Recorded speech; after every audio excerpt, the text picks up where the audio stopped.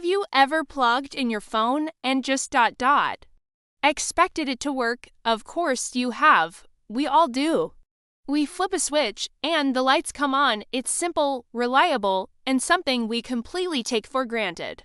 But what if I told you that this entire system, this invisible miracle that powers our modern lives, is running on technology that's decades, even a century, old? Today, we're talking about America's power grid, the largest and most complex machine ever built.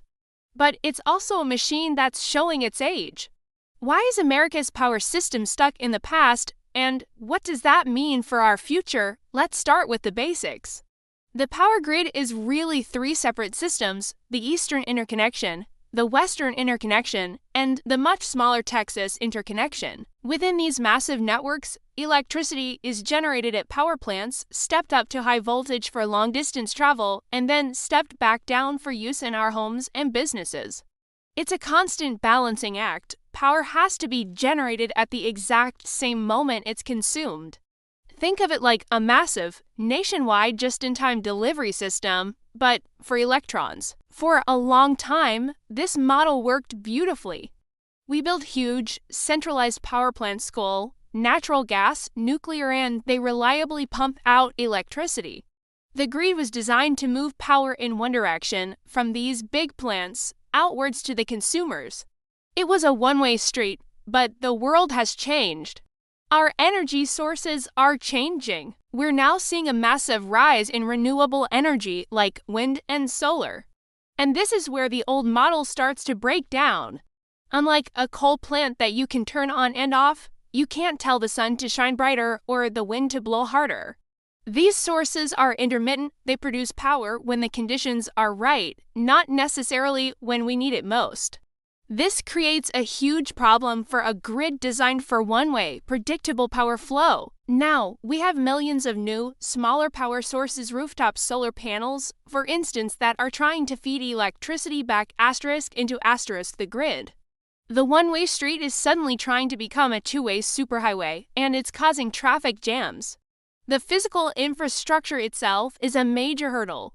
Much of our transmission infrastructure, the high-voltage lines that are the backbone of the grid, was built in the 1950s and 60s. These lines have a lifespan of about 50 years. You can do the math. They're old, they're capacity limited, and they're vulnerable. Extreme weather events, which are becoming more frequent and intense due to climate change, put enormous strain on this aging equipment, leading to the massive blackouts we've seen in places like Texas and California. So, if we know what the problem is, why aren't we just fixing it? Why not just build a bunch of new, modern transmission lines? Well, it's not that simple.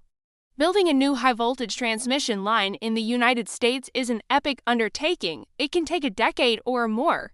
First, you have the NIMBY problem, not in my backyard. Everyone wants reliable, clean energy, but almost nobody wants a giant transmission tower looming over their property. Getting public approval and securing the land rights across hundreds of miles, crossing state lines, and navigating countless local jurisdictions is a bureaucratic nightmare.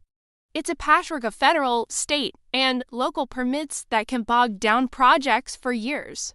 Then there's the cost. Upgrading the grid is expensive. We're talking about trillions of dollars. And the question of who pays for it is incredibly complicated. Utilities, which are often regulated monopolies, have to justify these massive investments to public utility commissions. The cost is eventually passed on to consumers through their electricity bills. So there is a constant tension between making necessary long-term investments and keeping electricity affordable in the short term. This leads to a system that favors small, incremental upgrades over the kind of massive, visionary overhaul that's actually needed. It's like patching up holes in an old road instead of building a whole new highway.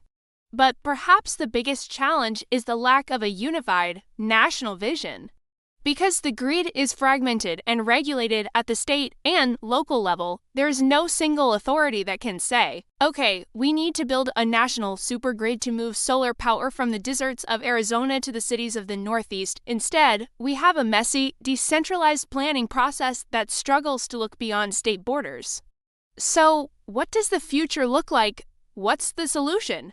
We need to start thinking of the grid not just as a delivery system, but as a smart, flexible network. This is the concept of the smart grid. A smart grid uses digital technology, sensors, and two-way communication to monitor and manage the flow of electricity in real time. It would allow the grid to seamlessly integrate renewable energy, automatically rerouting power to prevent outages and responding instantly to changes in supply and demand. It could also empower consumers, allowing your smart appliances to use electricity when it's cheapest and cleanest. Energy storage is another key piece of the puzzle. Massive batteries can store excess wind and solar power when it is plentiful and release it when the sun isn't shining or the wind isn't blowing. This helps solve the intermittency problem and makes the grid more stable and reliable. To get there, we need significant policy changes. We need to streamline the permitting process for new transmission lines, making it faster and more predictable. We need new market rules that properly value and incentivize the flexibility and reliability that new technologies like battery storage can provide. And we need a massive, coordinated investment, a true national project on the scale of the interstate highway system. The transition is already happening, but it's happening in fits and starts. We're moving from a 20th century model of centralized, fossil fuel-based power to a 21st century model that is decentralized, decarbonized, and digitized. But we're trying to build this new system on the chassis of the old one. The challenge is immense, but so is the opportunity. A modernized grid isn't just about keeping the lights on. It's the key to unlocking a clean energy future. It's about creating a more resilient, reliable, and secure energy system for generations to come. The power system of the past built modern America.